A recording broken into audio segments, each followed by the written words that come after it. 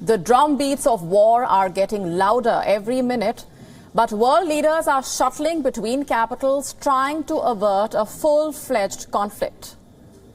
French President Emmanuel Macron is in Kyiv meeting with his Ukrainian counterpart Volodymyr Zelenskyy. This comes a day after his meeting with the Russian president.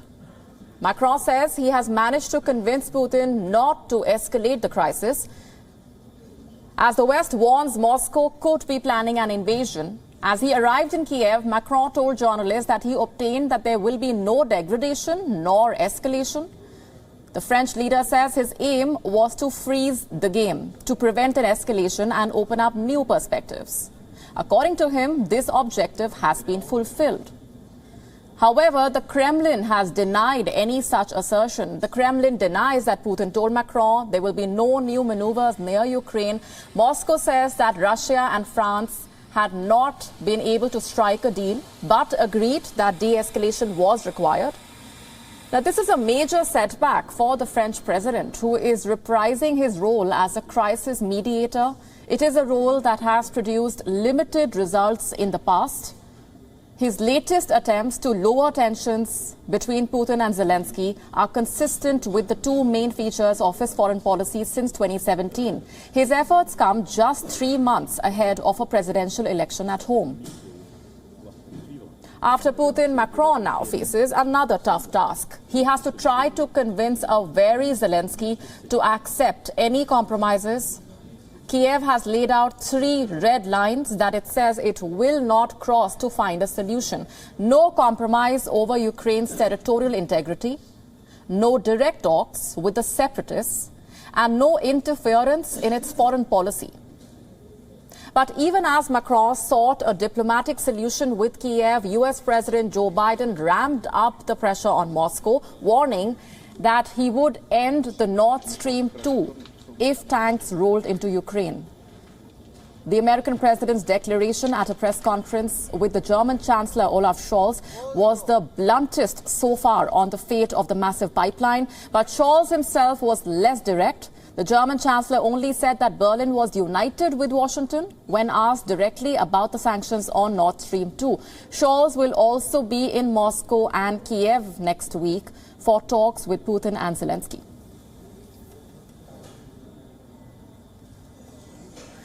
For more on these developments, let's go straight across now to our executive editor, Palki Sharma Upadhyay, who's joining us live from Kyiv. Hi, Palki. The French president is meeting his Ukrainian counterpart. This comes a day after his meeting with the Russian leader.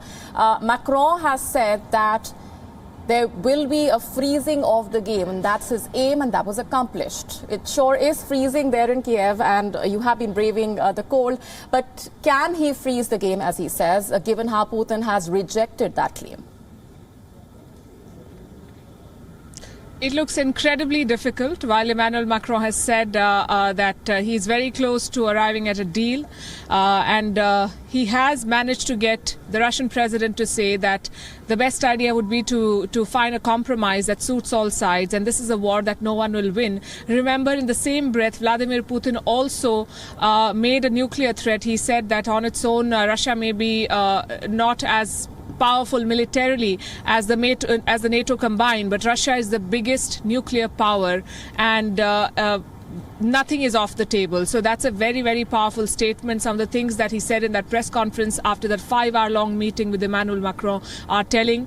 While diplomacy continues, while talks continue, Molly, we have to bear in mind that the deployments have not stopped. They keep going up. Russia and Belarus are going to step up their military drills in 2 days from now. So there is nothing to suggest that there is a compromise that has been reached.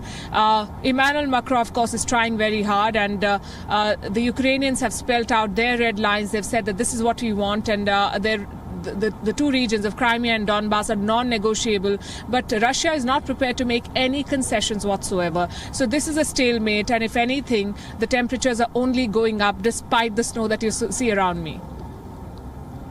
Right. Palki, tell us more about the mood on the ground. What have you gathered through your interactions with the locals, with the government representatives so far?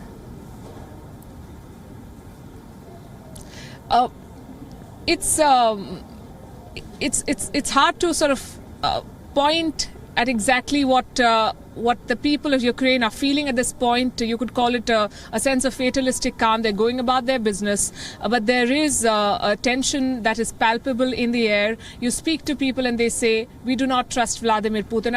I've not met a single person in Kyiv who has said something nice about the Russian president, and they've called him all kinds of names, and they've said that there is no telling what he does.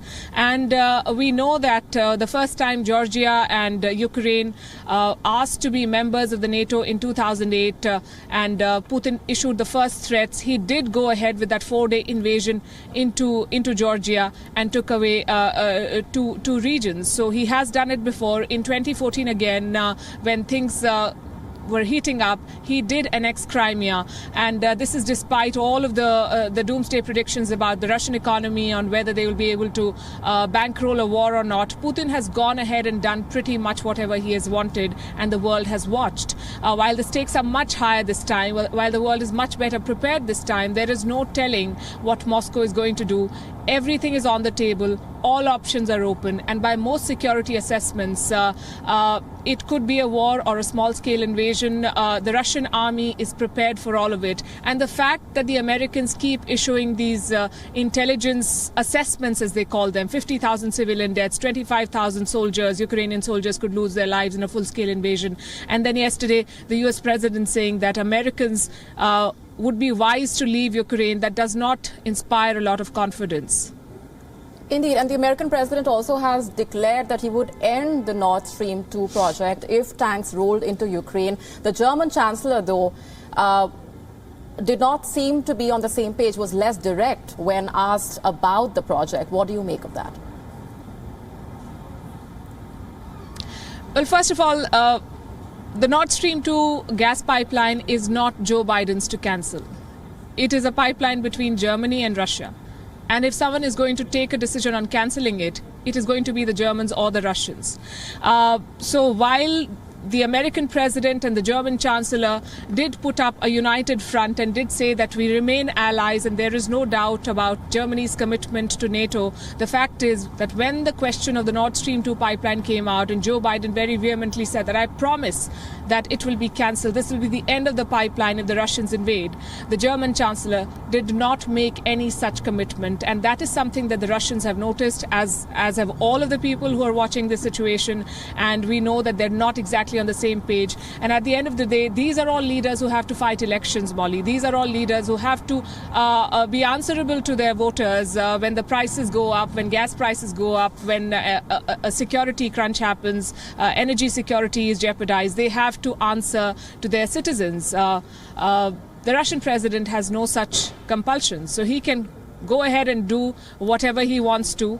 There are also assessments that senior officials in the Russian establishment have said that Putin does not quite understand the risks involved, and this is not a viable option, attacking Ukraine. This is according to the Americans. They seem to have intercepted something, they say. This is what reports say. But saying that everyone in the West, all NATO allies are on the same page would be a bit premature, although they're trying to project a united front. Palki Sharma Upadhyay getting us those updates from Kyiv. Thanks very much for the moment. WION now available in your country. Download the app now. Get all the news on the move.